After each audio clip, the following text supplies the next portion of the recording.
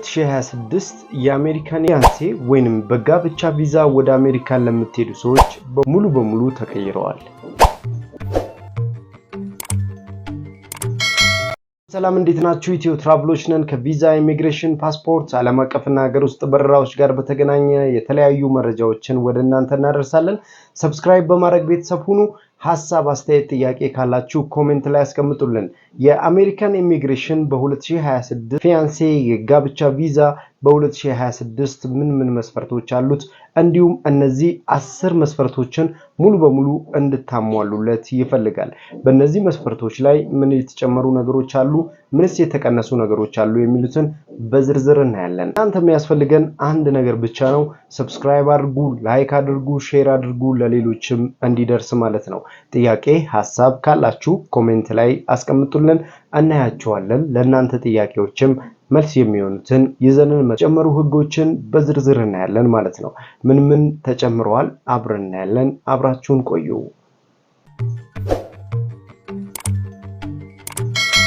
የአሜሪካን ዩኤስሲአይኤስ በጋብቻ ቪዛ የተለያዩ ህጎች ላይ ያስተካከላቸው ፎርሞች አሉ። እነዚህን ፎንቶችን እንድታሟሉለት ይፈልጋል። በጋብቻ R1 እና IR1 የሚባሉ የቪዛ አፕሊኬሽኖች አሉ። ሁለቱም የተለያዩ ናቸው። ባልና ሚስት የሚሞሏቸው የቪዛ አይነቶች ሲሆኑ ሁለቱንም አሟልታችሁ የአሜሪካን የፊያንሴ ቪዛ መሙላት ትችላላችሁ። በነገራችን ላይ እዚህ ጋር ማወቅ ያለባችሁ ጋብቻችሁ አሜሪካን የሚደረግና እንዲሁም ጋብቻችሁ ተፈጽሞ ከነበረ ደግሞ የጋብቻ ዶክመንታችሁን የምታጣሩባቸው ሁለቱም የተለያዩ ናቸው።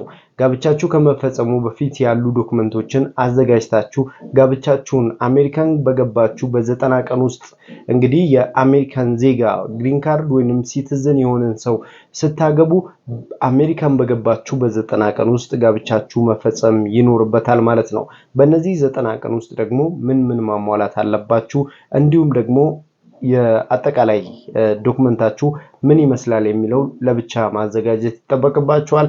እንዲሁም ደግሞ ጋብቻ የፈጸማችሁ ደግሞ በአሜሪካን ሀገር ላይ ሄዳችሁ ለመኖር ወይንም ባላችሁን ወይም ሚስታችሁን ከኢትዮጵያ ወደ አሜሪካ ለመውሰድ ለምትፈልጉ ሰዎች ለእናንተ ደግሞ የCR1 እና የIR1 የቪዛ አፕሊኬሽን በ2026 እንደ አዲስ ትሞላላችሁ ማለት ነው።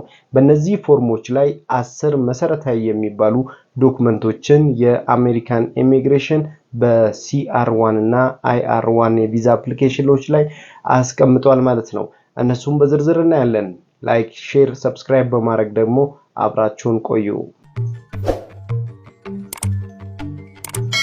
አሜሪካን ኢሚግሬሽን እነዚህ 10 ህጎች ላይ እንግዲህ ሁሉም በCR1 እና በIR1 የቪዛ አፕሊኬሽን ግሪን ካርድ ያላቸው ሰዎች እናንተን የሚወስዱበትና ሲቲዝን ያላቸው ሰዎች ደግሞ እናንተን የሚወስዱበት ሁለቱም ይለያያሉ።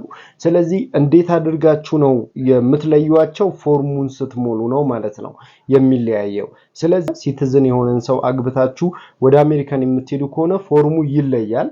በእርግጥ CR1 እና IR1 ፎርም ትሞላላችሁ፣ ነገር ግን የሲቲዝን እና የግሪን ካርድ ይለያያል። ይሄንን ማወቅ ይጠበቅባችኋል።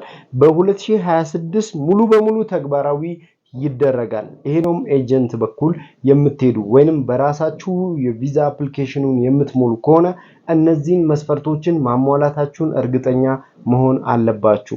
ጋብቻችሁ የፈጸማችሁ ወይንም ጋብቻ ለመፈጸም በ90 ቀን ውስጥ ወደ አሜሪካን የምትሄዱ ሰዎች የመጀመሪያው ነገር የትክክለኛ የሆነ የጋብቻ ሰርተፊኬት ያስፈልጋችኋል። ይሄ ማለት ጋብቻችሁን የምትፈጽሙበት ቦታ ወይንም ጋብቻችሁን የፈጸማችሁበትን ሎኬሽን፣ ለምሳሌ ኢትዮጵያ ከሆነ በየት ማዘጋጃ ሄዳችሁን የፈጸማችሁት ወይንስ ደግሞ በቤተክርስቲያን ወይንስ በመስጊድ ኒካን ያደረጋችሁት፣ ይሄንን ትክክለኛውን ዶክመንት ማዘጋጀት ይጠበቅባችኋል።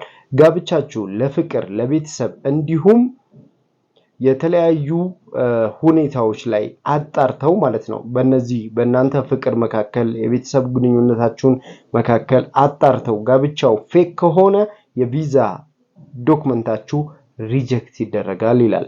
ይሄን በሁለተኛ ደረጃ የጋብቻ ማስረጃ የሰርተፊኬቱ ማለት ነው። ይህንን ሜሬጅ ሰርቲፊኬት ማዘጋጀት ይጠበቅባቸዋል። በኢትዮጵያ እውቅና ባለው ሚኒስትር በኩል ማለፍ ይጠበቅበታል። ይሄ ማለት በኢትዮጵያ የወሳኝ ኩነቶች ማለት ነው። በኢትዮጵያ ወሳኝ ኩነቶች በኢትዮጵያ መንግስት እውቅና አለው። ስለዚህ በዛ በኩል ማለፍ ይጠበቅበታል። ከዛም ማግኘት ለምሳሌ በቤተክርስቲያን ተጋብታችሁ ከሆነ በቤተክርስቲያን በኩል ያለቀ ጋብቻ ከሆነ ኢትዮጵያ ውስጥ ማለት ነው ያ ሰርቲፊኬት ወደ ወሳኝ ኩነቶች ሄዶ መመዝገብ ይጠበቅበታል።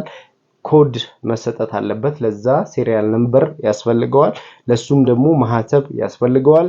በኢትዮጵያ የውጭ ጉዳይ ሚኒስቴር ሄዳችሁ ማረጋገጥ ይጠበቅባችሁ። ሶስተኛ ደረጃ የአሜሪካን ዜግነት ወይንም ግሪን ካርድ ያለው ሰው ከሆነ ሌተር ያስፈልገዋል። ይሄም እድሜው ከ18 ዓመት በላይ መሆኑን፣ ሙሉ ጤነኛ መሆኑን፣ እንዲሁም ከወንጀል ነፃ መሆኑን፣ እንዲሁም ከተለያዩ አደንዛዥ እጾች ንጹህ መሆኑን የሜዲካል ማስረጃ ማቅረብ ይጠበቅበታል።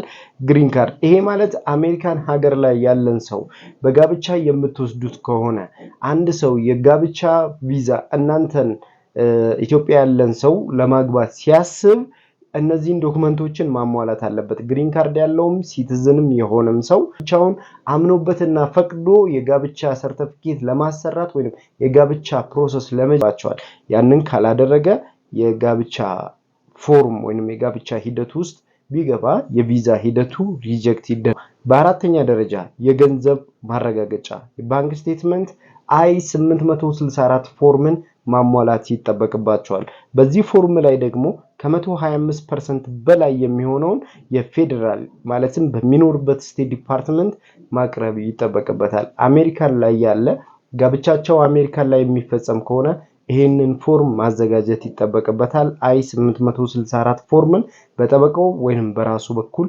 ይሄንን አያይዞ ማስገባት ይጠበቅበታል። ጋብቻቸው የት ስቴት እንደሚፈጸም እንዲሁም ደግሞ መቼ እንደሚፈጸም ቀኑን ሁሉ ጨምረው መግለጽ ይጠበቅባቸዋል። አያይዘው ማስገባት ያለባቸው የባንክ ስቴትመንት ማቅረብ ይጠበቅባቸዋል። አሜሪካን ላይ ጋብቻቸውን ለሚፈጽሙ ሰዎች በአምስተኛ ደረጃ ቀድሞ ጋብቻ ወይንም ደግሞ የቀድሞ ትዳር ካለው ባል ወይንም ሚስት ካላት የዛኔ ፍቺ ማረጋገጫ ወይንም የሙት ሰርቲፊኬት ወይንም ደግሞ አብረው መኖራቸውን በህጋዊ በትክክለኛው መንገድ መለያየታቸውን የጋራ ልጅ እንዳላቸው ወይንም ልጅ እንደሌለው የሚያሳዩ ዶክመንቶችን በአምስተኛ ደረጃ ማቅረብ ይጠበቅበታል። ይህንን ደግሞ አፕሩቭ ማድረግ ይጠበቅበታል። አሜሪካንም ያለ ኢትዮጵያንም ያለ ሰው እነዚህን ዶክመንቶችን ማቅረብ። በስድስተኛ ደረጃ ላይ ያለው ደግሞ ትክክለኛ ግንኙነት ማስረጃዎች ያስፈልጋሉ። ትክክለኛ ዶክመንት ወይንም ትክክለኛ የጋብቻ ፎቶዎች የትክክለኛ ግንኙነት እንዳላችሁ የሚያሳዩ ዶክመንቶችን ማቅረብ ይጠበቅባቸዋል። በዚህም ደግሞ የተለያዩ ፎቶዎች የተለያዩ የባንክ አካውንቶች ለምሳሌ የጋራ የሆነ ንብረት ካፈራችሁ ልጆች ካሉ ቤት ካለ እንዲሁም ደግሞ የተለያዩ የጋራ የሆኑ የስልክ ልውውጦች ሊሆን ይችላሉ። ቻት ሊሆን ይችላል። ቻት ስላችሁ የተጻጻፋችሁት ሊሆን ይችላል። የቤተ ክርስቲያን የጓደኝነት የትሪፕ ያደረጋችሁበት ቫኬሽን የወጣችሁበት እንዲሁም የተለያዩ ቦታዎች የጎበኛችሁበትን ቦታዎች እነዛን ዶክመንቶችን ማቅረብ ይጠበቅባቸዋል። በሰባተኛ ደረጃ ዓለም አቀፍ የሆነ የዓለም አቀፍ የባለስልጣን መረጃ ይሄ ማለት በአሜሪካን ኢሚግሬሽን USIS ማለት ነው DS 260 ፎርም ትሞላላችሁ። በዚህ DS 260 ፎርም ላይ እያንዳንዳቸው ለየብቻቸው ነው የሚሞሉት። ባል ለብቻ ሚስት ለብቻ የሚሞሉት ፎርም ነው። በዚህ ፎርም ላይም ደግሞ አስፈላጊውን ዶክመንቶችን ማሟላት ይጠበቅባቸዋል። የስራ ቦታ፣ የስራ ታሪክ እንዲሁም ከወንጀል ነፃ መሆናቸውን ባልም ሚስትም እንዲሁም ደግሞ የምንም አይነት ከወንጀል ጋር ወይንም ከተለያዩ አደንዛዥ እጾች ጋር ምንም አይነት ግንኙነት እንደሌላቸው የሚያሳዩ ዶክመንቶችን ማቅረብ ይጠበቅባቸዋል። እነዚህ ዶክመንቶች ሙሉ በሙሉ የሚሞሉት DS 260 ፎርም ላይ ነው። ኢትዮጵያ ውስጥ ያላችሁ DS 260 ፎርም በእኛ በኩል መሙላት ትችላላችሁ። በየትኛውም ሰዓት እኛ ጋር መደወል ትችላላችሁ። ስምንተኛ ደረጃ ኢትዮጵያ እድሜው ከ18 ዓመት በላይ የሆነ ሰው ነው የሚለው። ስለዚህ እድሜው ከ18 ዓመት በላይ የሆነ ሰው ከወንጀል ነፃ መሆኑን የሚያረጋግጡ ዶክመንቶችን ማቅረብ ይጠበቅበታል። የፖሊስ ማስረጃ ነው አንደኛው። የፖሊስ ማስረጃችሁን ማቅረብ የምትችሉት በአካባቢያችሁ ካለ ፖሊስ ጣቢያ ወንጀል እንዳልሰራችሁና ከወንጀል ነፃ መሆናችሁን የሚያሳዩ ዶክመንቶችን ማቅረብ ይጠበቅባችኋል ማለት ነው። በዘጠነኛ ደረጃ የሕክምና ማስረጃ ማቅረብ ይጠበቅባችኋል። ይሄም አሜሪካን ኤምባሲ ባስቀመጣቸው የተለያዩ የሕክምና ባለሙያዎች ናቸው። እነዚህን ሕክምና ባለሙያዎች ላይ ማቅረብ ይጠበቅባችኋል። ጀነራል ሄልዝ ነው። ሙሉ አጠቃላይ ምርመራ ማድረግ ይጠበቅባችኋል። የአሜሪካን ኤምባሲ 6 ዶክተሮችን ብቻ ነው ያስቀመጠው።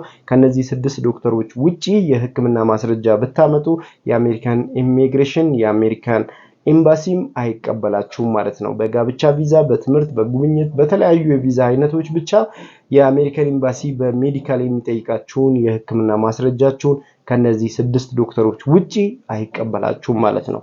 ግን ለምንድን ነው 6 የሆነው? ይሄ በ10ኛ ደረጃና የመጨረሻው የኢንተርቪው ነው።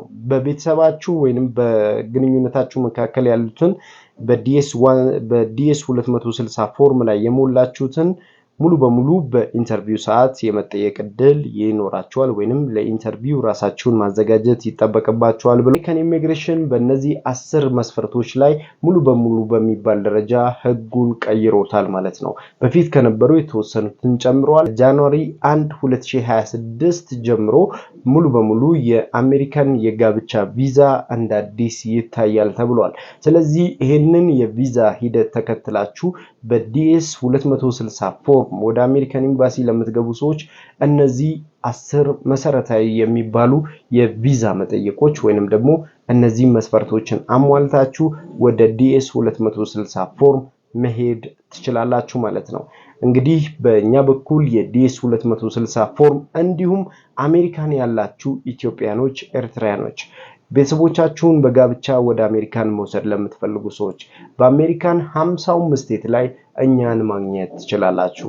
እኛን ለማግኘት በዚህ ስልክ ቁጥር ላይ በዋትስአፕ እኛ ጋር መደወል ትችላላችሁ ማለት ነው። እንዲሁም ሐሳብ፣ አስተያየት፣ ጥያቄ ካላችሁ ደግሞ ኮሜንት ላይ አስቀምጡልን። እንዲሁም ኢትዮጵያ ላይ እኛን ለማግኘት በዋትስአፕ በዚህ ስልክ ቁጥር ላይ ማግኘት ትችላላችሁ።